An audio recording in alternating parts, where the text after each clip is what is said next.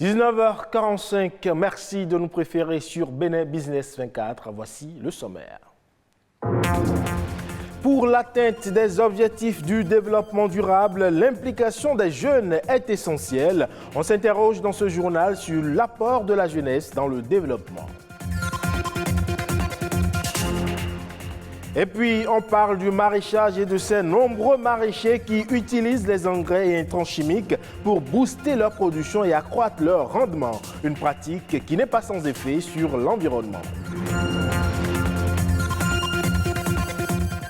Et enfin, plonger au cœur de l'océan Indien pour voir des millions de sardines en cortège qui tentent de fuir pour échapper aux prédateurs. Une scène fascinante à découvrir.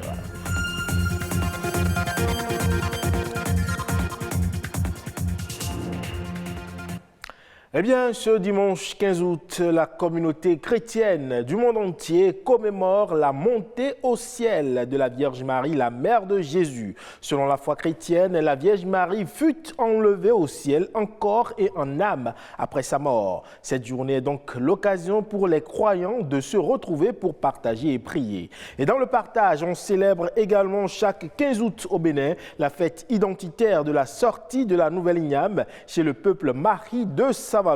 À l'occasion, le roi de Savalou, après des rituels et des sacrifices, autorise officiellement la consommation des ignames fraîchement moissonnés des champs.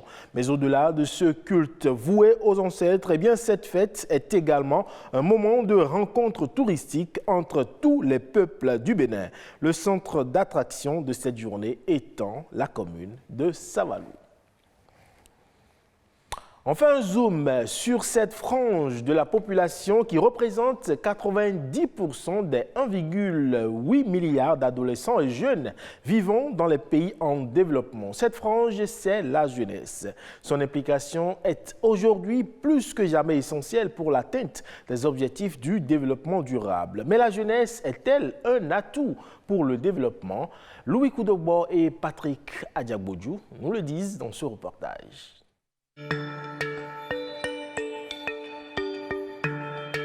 Avec plus de 200 millions d'habitants âgés de 15 à 24 ans, l'Afrique a la plus forte population de jeunes dans le monde.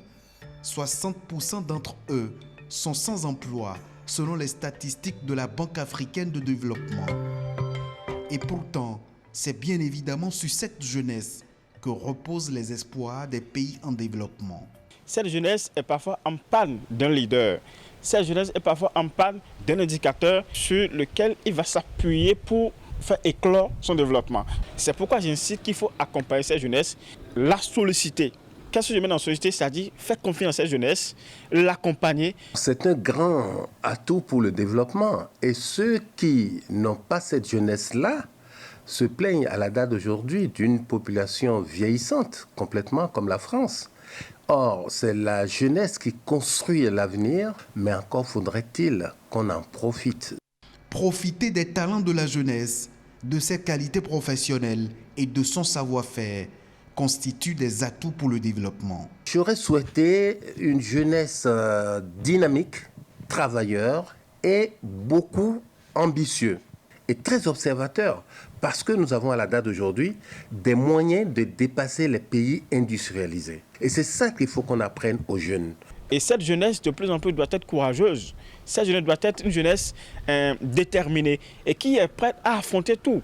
Voilà pourquoi il faudra nécessairement compter sur cette jeunesse, faire avec cette jeunesse pour l'avenir de demain. L'avenir appartient à la jeunesse. Il faut lui donner toutes les chances de réussir.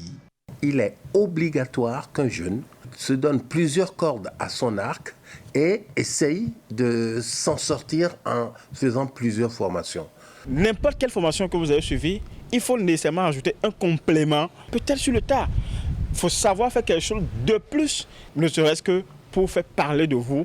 Et on ne sait jamais. C'est ça, cette formation reçue de surplus qui fera de vous l'expert, la personnalité connue de demain. L'innovation doit être très très encouragée et permettre à ces jeunes-là, avec des bourses d'excellence, des récompenses pour tous ceux qui auraient inventé quelque chose ou innové quelque chose. Il faudrait qu'on aille dans ce sens-là pour les encourager. Ils ont besoin d'être encouragés. Savoir encourager la jeunesse et la motiver. Des initiatives existent, certes, mais cette frange active de la société doit être davantage impliquée dans les objectifs du développement durable. Savez-vous que pour une meilleure et rapide production, certains maraîchers font recours à l'utilisation des intrants chimiques, pesticides et même des insecticides. Or, l'utilisation de ces produits dans le maraîchage ne serait pas sans conséquences sur l'environnement et mieux sur la santé. Plus de détails dans ce reportage. Stanislas est un maraîcher depuis des années. Pour de meilleurs rendements agricoles, il fait recours aux engrais chimiques dans le but d'améliorer la quantité et la qualité de ses cultures, conscient pourtant des effets secondaires de ces intrants chimiques.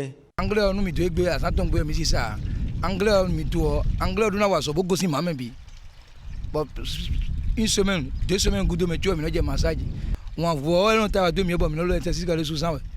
Avec l'utilisation abusive de ces produits chimiques dans le maraîchage, l'environnement et la santé des populations sont menacés. Lorsque vous utilisez l'engrais chimique, automatiquement le sol sur lequel vous exercez ces engrais-là ne peut plus produire sans ces engrais. Dès qu'il pleut, tout ce qui est produit chimique utilisé, c'est lessivé par les eaux de ruissellement et ça regagne les rivières, ça regagne les nappes phréatiques et ça donne des problèmes de santé. Lorsqu'on a de la patience, on peut produire bio, c'est-à-dire produire en respectant l'environnement. Quand vous vivez dans un environnement pollué, vous avez l'esprit pollué et vous réagissez comme une pollution. Lorsque vous vivez dans un environnement sain, votre esprit est sain, vous agissez sainement. Pour mettre un terme à ces désagréments et participer à un environnement sain, la Fédération nationale des organisations de maraîchers du Bénin mène des actions de sensibilisation. Nous avons redoublé de sensibilisation à l'endroit de nos membres pour qu'ils aient recours aux produits homologués, ce qui n'était pas le cas. L'autre chose, c'est le respect des délais de rémanence. Tout produit chimique a un délai après lequel il n'est plus nocif pour la santé. Tout dernièrement, la FENOMA a mis en place des brigades de surveillance phytosanitaire. Ces brigades où les acteurs se surveillent d'abord pour voir s'ils sont mitoyens, n'utilisent pas des produits prohibés. Le surveille pour voir s'il respecte les délais de rémanence avant de mettre en marché sa production. L'enjeu aujourd'hui est l'utilisation des engrais biologiques au détriment des engrais chimiques. Toutes choses qui faciliteront l'obtention de produits maraîchers sains en vue du bien-être des consommateurs. Parlons à présent du jus de fruits qui accompagne très souvent les repas pour faciliter leur digestion. Dans la plupart des cas, certains consommateurs ignorent que sa qualité peut être parfois douteuse. Un jus de fruits mal fait constitue un danger pour l'organisme. Comment donc arriver à faire la différence et identifier un jus de fruits de qualité et sain pour l'organisme? Edgar Deguénon, agronome, nous donne ici quelques astuces. Sur de la qualité des jus de fruits que nous consommons, il y a plusieurs paramètres que l'on prend en considération et ce n'est pas évident pour un consommateur de pouvoir les identifier facilement. Je peux déjà dire au commun donc des consommateurs pour dire qu'il faut pouvoir faire la différence entre les nectars de fruits et les jus de fruits. Quand on parle de jus de fruits, c'est des produits qui sont extraits directement de fruits, tels que l'ananas par exemple, ou bien l'orange, ou bien le citron. On peut extraire directement le jus. Mais les nectars, les industriels généralement dans la grande distribution partent donc de la purée de fruits, ou bien de la pulpe, auquel ils ajoutent de l'eau suffisamment, du sucre, des arômes, pour pouvoir augmenter largement donc leur marge bénéficiaire. Donc il faut pouvoir faire cette distinction-là, et surtout ceux qui demandent à acheter des jus beaucoup moins cher sur le marché. Ce n'est pas du jus qu'ils consomment, mais c'est plutôt des nectars qui sont rallongés qu'ils consomment. Dans les procédés donc, de conservation, au-delà donc, de la transformation, il faut prendre des dispositions pour quand même que le jus soit conservé pour une durée plus ou moins longue. Et il y a ce que nous appelons les additifs alimentaires. Dans la catégorie des additifs, il y a plus d'une centaine d'additifs alimentaires qui sont utilisés dans le monde entier. Et pendant les centaines-là, il y a à peine une quinzaine qui sont réputés ou bien qui sont reconnus non nocifs pour la santé. Mais en absence donc, de contrôle sur le marché, les gens utilisent un peu de tout. Il y a même des additifs qui sont cancérogènes pour l'organisme que les gens utilisent quand même. Et il faut faire attention à tout cela pour que dans ce que nous consommons, on n'introduit pas certains qui sont très nocifs pour notre santé. Mais entre autres choses, il faut faire analyser donc, ces produits au laboratoire central, passer également par la BSSA au niveau du Bénin, qui est l'agence qui est accréditée en la matière. Et c'est au vu des analyses que vous faites sur vos produits et qu'on peut vous délivrer un certificat pour dire que vos produits sont conformes pour pouvoir être introduits dans la consommation. Ça veut dire que ces produits-là, on vérifie donc l'innocuité pour dire que ces produits ne peuvent pas nuire à la santé. Direction maintenant les larges de l'Afrique du Sud pour une plongée. Une plongée au cours de laquelle on peut voir des millions de sardines en cortège qui fuient en avant pour tenter d'échapper aux prédateurs. Une séquence fascinante captée par nos confrères de France 24.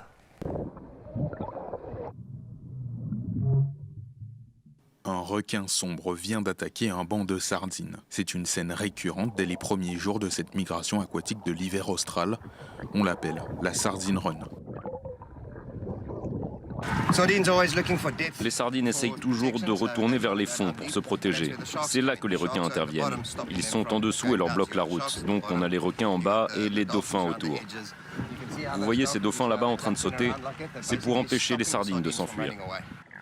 Pendant 4 mois, les millions de poissons qui emprunteront la route de la migration seront la cible des requins, mais aussi des dauphins et oiseaux prédateurs.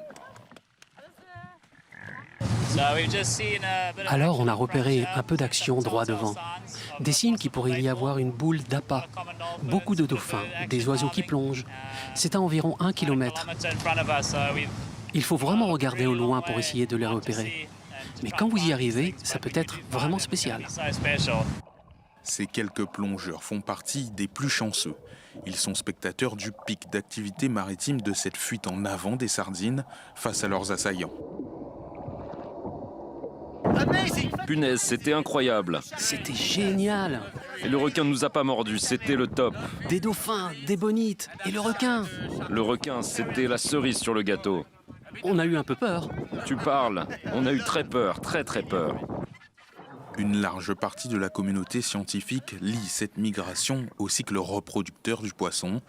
Ce spectacle, lui, attire habituellement des milliers de touristes, mais risque de devenir plus rare à l'avenir, le réchauffement climatique restant un frein non négligeable au mouvement annuel des sardines.